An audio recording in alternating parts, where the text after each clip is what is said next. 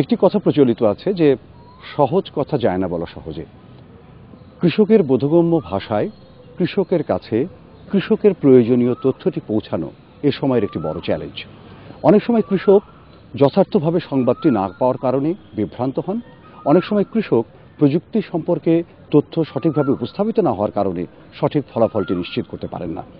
এই তথ্যগুলোকে কৃষকের কাছে কিভাবে পৌঁছানো যায় এই বিষয় নিয়ে একটি ওয়ার্কশপ হয়ে গেল গত সপ্তাহে, যার উদ্দেশ্য ছিল কতখানি সহজ করে কৃষকের কাছে সঠিক তথ্য সঠিক সময়ে পৌঁছানো যায়। আর এই বিষয়টি নিয়ে দেখুন একটি প্রতিবেদন। বর্তমান সময়ে মাঠ ফসলের ফলনের ক্ষেত্রে যে সমস্যাকে অন্যতম প্রধান বলে চিহ্নিত করা হয় তা হল কৃষি তথ্য ব্যবস্থা। সঠিক তথ্য সঠিক সময়ে সঠিকভাবে কৃষকের কাছে পৌঁছানো গেলে কৃষক মাঠ পর্যায়ে তার সফলতা নিশ্চিত করতে পারেন। বর্তমানের তথ্য প্রযুক্তির যুগে কৃষি তথ্য ব্যবস্থাপনার বিষয় নিয়ে একটি ওয়ার্কশপ অনুষ্ঠিত হয় ঢাকার কৃষি গবেষণা কাউন্সিল মিলনায়তনে। সরকারি ও বেসরকারি এবং আন্তর্জাতিক তথ্য ও সেবা প্রদানকারী সংস্থাসমূহের যৌথ উদ্যোগে এই ওয়ার্কশপে কৃষক, বিজ্ঞানী, সম্প্রসারণ কর্মী, তথ্যকর্মী এবং নীতি নির্ধারক মহলের প্রতিনিধিরা উপস্থিত ছিলেন। অনুষ্ঠানে তথ্য ব্যবস্থাপনা, তথ্যের চাহিদা, তথ্যের প্রয়োগ ইত্যাদি বিষয়ে সকলেই তাদের সুনির্দিষ্ট মতামত তুলে ধরেন। প্রধান অতিথি প্রায় বলেন যে তারা বীর সেনানী। আজকে সারা দেশের সেই বীরদেরকে আমরা একত্রিত করেছি এখানে। সেই বীরদের থেকে মুখে শুনতে চাই যে ভবিষ্যতের কৃষি কি হওয়া উচিত, কিভাবে তারা তাদের চাহিদা মতো তথ্য পেতে চায়, তার ভিতর দিয়ে আগামীর ভবিষ্যতের কৃষি আমরা তৈরি করব। মিডিয়ার মাধ্যমে যে আমার এটাকে যদি মাঠ পর্যায়ে কৃষককে সম্বোধন করা তাহলে মনে হয় আরো উপকৃত হবে বা আরো উপকৃত হবে। এছাড়া আমাদেরও কিছু ধ্যান ধারণা হয়তো আপনাদের সাথে যুক্ত করতে পারে।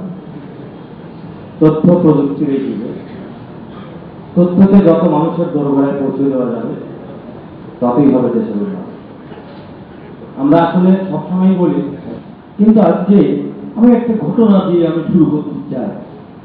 আমি জয়দেবপুর কৃষি গবেষণা ইনস্টিটিউটে ট্রেনিং কমপ্লেক্সে একটা টেলিভিশন, ওখানে রিমোট আছে, কিন্তু আমি কৃষক আর ওখানে যারা কৃষিবিদ চাকরি করে একদিন শুনলে কৃষি নিয়ে একটা প্রোগ্রাম দেখার জন্য আমি চেষ্টা করলাম, কিন্তু রিমোটটা আমার ওই কৃষক আমার হাতে না, ওখানকে যে অফিসার ওনার, উনি রিমোটটা এই চ্যানেল থেকে আরেক চ্যানেল, আরেক চ্যানেল থেকে আরেক চ্যানেল, এই যে চ্যানেল দিয়েছে তাহলে রিমোটটা কার?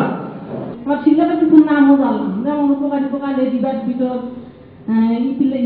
ক্ষতিকর পোকা ছিলাম না ভিতর, এগুলো আমি চিনলাম, জানলাম। তারপরে দেখলাম জানি বেগুন আবাদ করার পর আমি কি ক্ষতিকর পোকা কিভাবে দমন করতে হয়, উপকারী পোকা কিভাবে সংরক্ষণ করতে হয় আমি করলাম। করার পর সঠিক তথ্য কেউ নিয়ে না নিয়ে তথ্য হয়ে চলে, কিন্তু আমি কোন দিক করে এক কোটি 15 করে, কিন্তু এখানে যে প্রসার ঘটে, প্রসারের কারণে হাজারো মানুষ কিন্তু পরিবার করছে।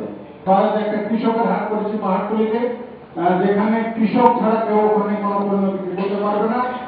অনুষ্ঠানে সভাপতিত্ব করেন কৃষি সম্প্রসারণ অধিদপ্তরের মহাপরিচালক জনাব শামসুল আলম। সারা পৃথিবীতে তথ্য প্রযুক্তি নিয়ে এগোচ্ছে, আমাদেরকে এই তথ্য প্রযুক্তি নিয়েই আগাতে হবে।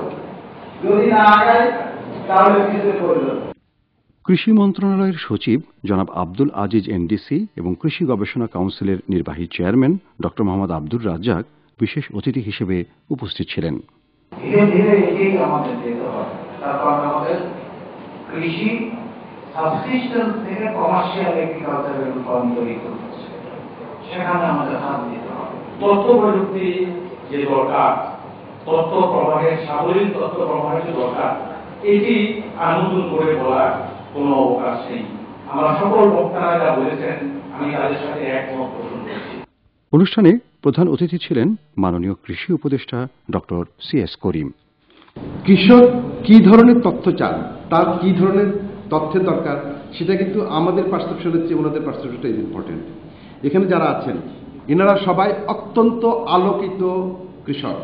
ওনারা সুশোভিত ড্রয়িং রুম, সুন্দর অফিস রুম, এয়ার কন্ডিশনারের বাইরে থেকে মাঠ থেকে জ্ঞান আহরণ করেছেন। আমি নির্দ্বিধায় তাদের কাছে শিখতে চাই, কিন্তু আমরা আমাদের পারসেপশন, টপ ডাউন পারসেপশন জানিয়ে যদি একটা ইনফরমেশন সেন্টার ডিজাইন করি, সেটা সাস্টেনেবল হবে বলে কিনা আমাদের সেটা চিন্তা করা দরকার। একথা ঠিক যে সঠিক সময়ে সঠিক তথ্য সঠিকভাবে কৃষক পর্যায়ে পৌঁছানো গেলে কৃষি উৎপাদনের ক্ষেত্রে যুক্ত হবে এক নতুন মাত্রা। সরকারি এবং বেসরকারি সংস্থাগুলো সম্মিলিতভাবেই এই কাজে অংশ নিতে পারেন।